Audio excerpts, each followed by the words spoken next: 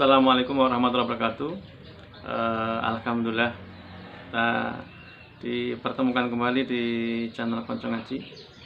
Semoga kita semua diberikan hikmah oleh Allah untuk memahami dan dimudahkan untuk memahami ayat-ayat Allah serta sunnah-sunnah Nabiullah Muhammad Sallallahu Alaihi Wasallam. Konco Ngaji dirahmati Allah, bagaimana kabar panjenengan hari ini? Semoga hari ini diberikan nikmat sehat dan tetap bisa diberikan nikmat sehat serta sempat untuk senantiasa mengikuti channel Konco Ngaji, yaitu channel yang akan mengkaji ayat-ayat Allah dan sunnah-sunnah Nabiullah Muhammad Sallallahu Alaihi Wasallam. Baiklah Konco Ngaji rahmati Allah, mari kita luangkan waktu sejenak untuk kita gunakan thalabul ilmi dan mentadaburi ayat-ayat Allah serta sunnah-sunnah Nabiullah Muhammad SAW. Untuk kali ini kita akan membacakan pertanyaan dari Konco Ngaji Salam yang mari kita baca bersama-sama. Assalamualaikum warahmatullahi wabarakatuh. Mohon dijelaskan, di menjelang bulan Ramadan ini biasanya di tempat kami sering melakukan padusan atau mandi besar sebelum memasuki bulan Ramadan, dan biasanya mandinya di tempat-tempat pemandian umum. Nah, apakah yang seperti itu dicontohkan atau disunahkan oleh Nabiullah Muhammad SAW, sehingga ketika kami nanti menjalankan puasa dan menjalankan ibadah sebelum puasa itu betul-betul sesuai dengan perintah Allah dan contoh dari Rasulullah Muhammad SAW. Terima kasih pertanyaan dari Konco Ngaji Salam. Semoga panjenengan diberikan hikmah untuk dimudahkan memahami apa yang kita kaji pada kesempatan hari ini. Baiklah Konco Ngaji rahmati Allah, mari kita buka mushaf kita untuk menjawab Konco Ngaji Salam yang bertanya tentang kebiasaan atau tradisi kita yang sering mengadakan padusan menjelang bulan Ramadan atau menjelang ibadah puasa Ramadan. Apakah padusan seperti itu dicontohkan dan disunahkan? Kalau memang disunahkan, hadisnya tolong disampaikan. Baiklah konco dirahmati Allah, mari kita buka mushaf kita di surat Al-Ahzab, surat ke-33 ayatnya 21. Sudah ketemu nih? Mari kita baca bersama-sama. A'udzubillahi minasyaitonirrajim. Laqad kana lakum fi Rasulillahi uswatun hasanah liman kana yarjullaha wal yaumil akhir wa dzakarallaha katsiran. Allah Subhanahu wa taala berfirman, sesungguhnya telah ada pada diri Rasulullah itu suri teladan yang baik bagimu, yaitu bagi orang yang mengharap rahmat Allah dan kedatangan hari kiamat dan yang banyak mengingat Allah.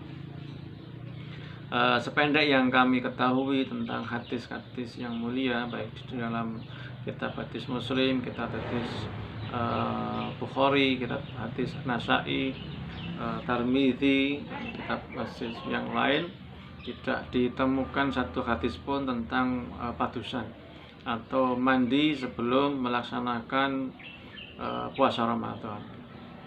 Jadi dari ayat yang mulia ini, surat Al-Ahzab 33 ini, ayat 21, sungguh telah ada pada diri Rasulullah itu suri teladan yang baik bagi. Maka sebagai umatnya Nabiullah Muhammad SAW dan umat yang senantiasa mengharap syafaat dari beliau, seyogianya kita dalam beribadah mengikuti suri teladan atau yang dicontohkan oleh Rasulullah Muhammad SAW. Kalaupun Rasulullah tidak melaksanakan atau tidak menjalani apa yang kita tanyakan tadi, minimal ada sahabat beliau yang menjalankan, kemudian beliau melihat dan beliau tidak melarang atau membiarkan. Artinya ada ridho dari beliau bahwa amal itu memang diketahui oleh beliau dan beliau ridho. Jadi di dalam surat Al-Ahzab ini Allah SWT berfirman, sungguh telah ada pada diri Rasulullah suri teladan yang baik bagi. Sesungguhnya Rasul Muhammad SAW diutus ke dunia ini pada kita umatnya Nabi Muhammad SAW untuk memberikan contoh cara beribadah kepada Allah Subhanahu wa taala. Kalaupun padusan itu baik, tentu Rasulullah SAW telah mencontohkannya dalam beliau berpuasa Ramadan, atau sebelum puasa Ramadan tentu beliau akan melakukan padusan. Kemudian yang kedua, mari kita buka surat An-Nisa, surat keempat ayatnya 43. Ya, sudah ketemu ya. Surat An-Nisa, surat keempat ayatnya 43. A'udzubillahi minasyaitonir rajim. Ya ayyuhalladzina amanu la taqrabus sholata wa antum sukara hatta ta'lamu ma taquluna wala junuban illa abiri sabilin hatta tahtasilu wa in kuntum marudha aw ala safarin aw jaa ahadum minkum minal ghaiti aw lamastumun nisaa falam tajidu ma'an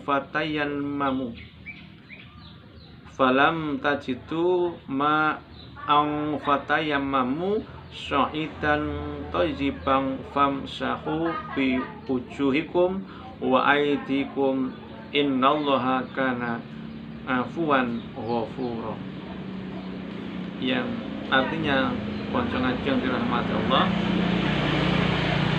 Allah Subhanahu wa taala berfirman, wahai orang-orang yang beriman, janganlah kamu mendekati sholat ketika kamu dalam keadaan mabuk sampai kamu sadar apa yang kamu ucapkan, dan jangan pula kamu hampiri masjid ketika kamu dalam keadaan junub kecuali sekedar melewati untuk jalan saja sebelum kamu mandi atau mandi junub.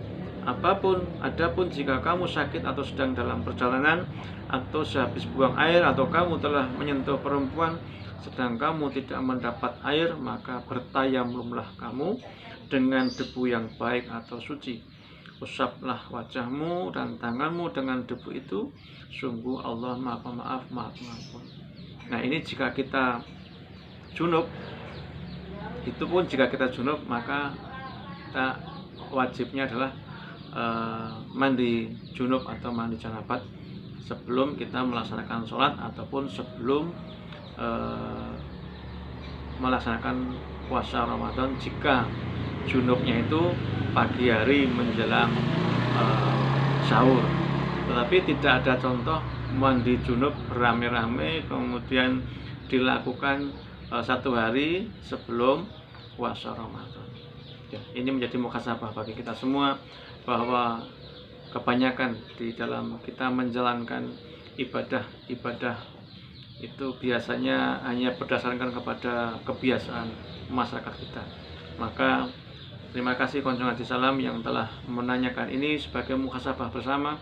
Ternyata di dalam hadis tidak ditemukan contoh atau tuntunan atau perintah Rasulullah untuk padusan atau mandi junub sebelum melaksanakan puasa Ramadan.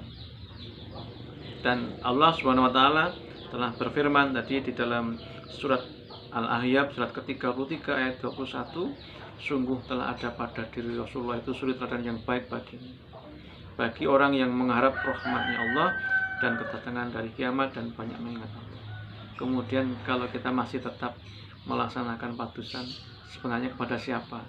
Ibadah tadi mencontohnya, karena Rasul tidak melaksanakan, tidak memerintahkan dan tidak mengiyakan padusan itu, sehingga Allah pun telah menyampaikan, telah berfirman, telah ada pada diri Rasulullah itu suri teladan yang baik bagimu, yaitu bagi orang yang mengharap rahmat Allah.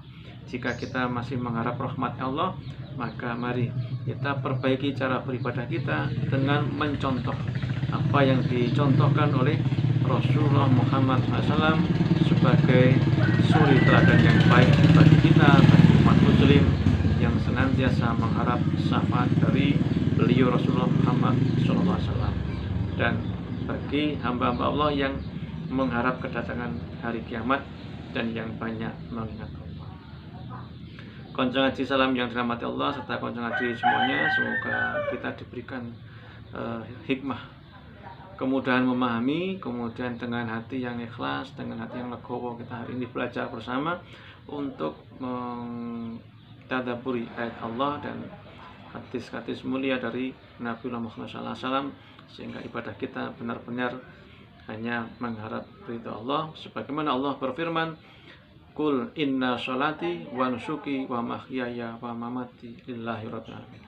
Katakanlah, sesungguhnya salatku, ibadahku, hidupku, bahkan matiku hanya lillah, hanya untuk Allah, Tuhan seluruh alam. Semoga bermanfaat. Assalamualaikum warahmatullahi wabarakatuh.